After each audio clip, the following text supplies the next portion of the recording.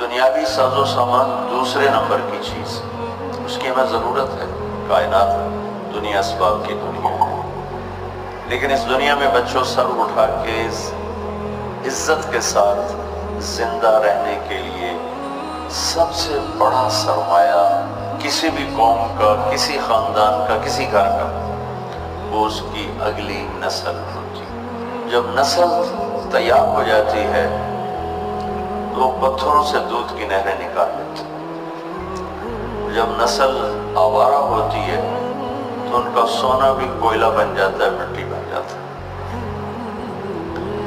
اللہ نے عروج و زوال کے جتنے قصے ہمیں سنائے ہیں، جو بڑی بڑی قومیں تباہ ہوئیں، وہ غربت کی وجہ سے نہیں ہوئیں، ٹیکنالوجی کی کمی کی وجہ سے نہیں ہوئیں، اپنی اخلاقی پستی کی وجہ سے تباہ ہوئیں۔